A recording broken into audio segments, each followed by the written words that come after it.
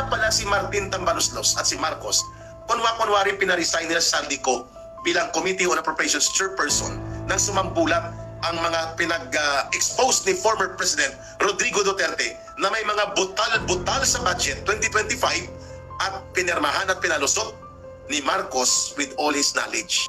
2023-2024 budget lang. Kaya nga sabi ni Toby Chanco, how in the world can Saldico acquire all by himself na siya ang magtatakda kung paano gagamitin ang 17 billion pesos na mga pundo na pinaglalagay, pinagkakalat-kalat niya sa Mindoro, may sa Visayas, may sa Aklan, mayroong sa Antique, may sa Bulacan, buong Pilipinas.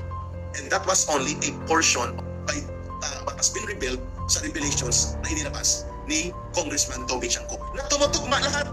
Circumstantially, ito ang binabanggit ng mga Diskaya couple na sila ay naniniwala na si Saldico ang pagman, bodigero, pangkero at matadero ni Marcos at ni Romualdez. Tinanggal yung Marcos, Romualdez lang binanggit nila.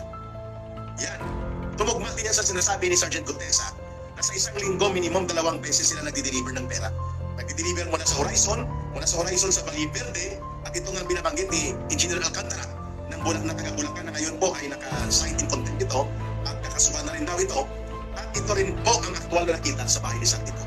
Naghahatid ng limpak-limpak na salaping pera-perang mali-maleta ang laman between 40 million pesos to 50 million pesos sa number 42 McKinley Road. At ano po ang number 42 McKinley Road?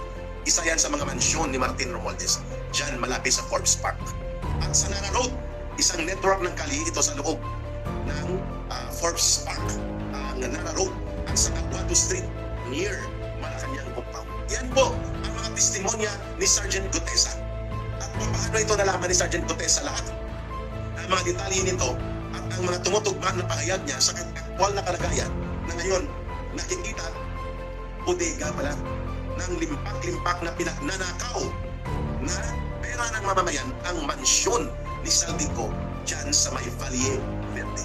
O bakit hindi ito inaplayan ng forfeiture, freeze, and seizure order ng ICI together with Anti-Money Laundering Council?